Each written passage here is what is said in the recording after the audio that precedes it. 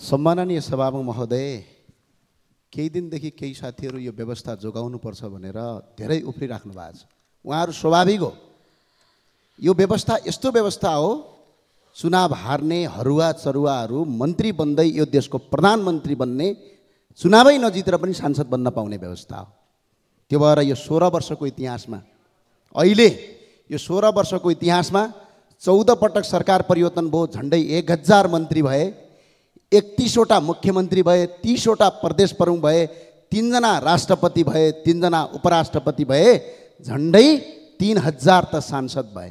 अनि सबै मिलेर खान पाएपछि यो व्यवस्था उत्तम हो भन्नु उहाँहरूलाई स्वाभाविक हो।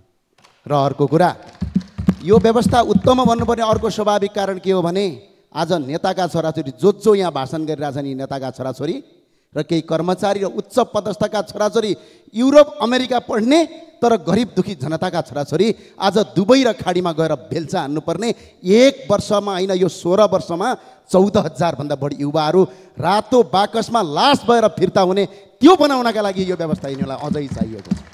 26 खर्ब वैदेशिक ऋण भयो, त्यसका लागि व्यवस्था चाहिएको छ। अहिले पनि यो देशमा अहिले कर्मचारी, नेता र यिनीहरूको सांसद, यहाँका मुख्यमन्त्री, मन्त्री पाल्दा पाल्दै साना राजा, छोटा राजा, महाराजाहरू पाल्दा पाल्दै यो देशमा 1 वर्षमा 15 खर्ब रुपैयाँ खर्च हुन्छ। त्यो जोगाउनका लागि यो व्यवस्था यिनीहरूलाई चाहिएको छ। सम्माननीय सभामा, यो व्यवस्था जनतालाई चाहिएको होइन। के अहिलेको प्रधानमन्त्री जनताले चुनेको हो? के अहिलेको राष्ट्रपति जनताले चुनेको हो?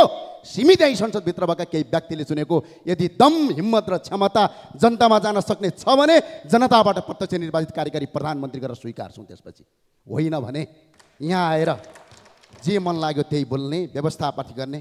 मैले हत्याराको कुरा गर्नुभएको थियो माननीयज्यूले।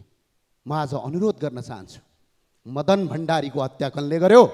त्यो हत्या पत्ता लगाउँछु भन्ने मान्छे अहिले यो देशको प्रधानमन्त्री हुन्छ। मदन भण्डारीको हत्या पत्ता लगाउन कसले रोक्यो? त्यसको जवाफ यो संसदलाई चाहिन्छ।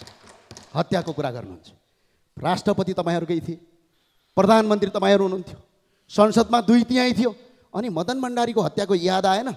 अरू साथीहरूले भन्नुभएछ मलाई, थुनियो। म एकजना व्यक्ति हुँ, तपाईँको यो उत्तम गणतन्त्रको बेला ललितपुरमा चामल बाँड्दा बाँड्दै 9 दिन सिडिओ कार्यालयमा थुनाइ पाएको व्यक्ति हुँ। र आज पनि अहिले पनि भर्खरै रापरवाका विद्यार्थी युवा नेता निराजन बमलाई तपाईँहरूले चितवनबाट अरेस्ट गरिराख्नु भएको छ। यो तपाईँहरूको लोकतन्त्र हो।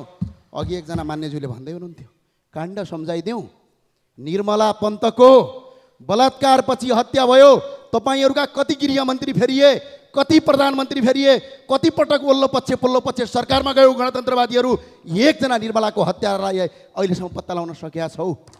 र अर्को कुरा सम्झाइदिन चाहन्छु, बाँदरमुडे घटना याद छ? निहत्या नागरिकलाई बम हानेर मारे हो कि होइन? अझ अर्को घटना सम्झाइदिउँ, लमजुङका शिक्षक मुक्तिनाथ अधिकारीका हत्याराहरू आज यही संसदमा सांसद भएर हिँडिरहेका छन्। यसको जवाब चाहिन्छ कि चाहिँदैन? यो हो व्यवस्था? खुल्ला मञ्चमा उभिएर 5000 मान्छे मैले मारेको हुँ भन्ने व्यक्ति यो देशको प्रधानमन्त्री बन्न पाउने व्यवस्था हो।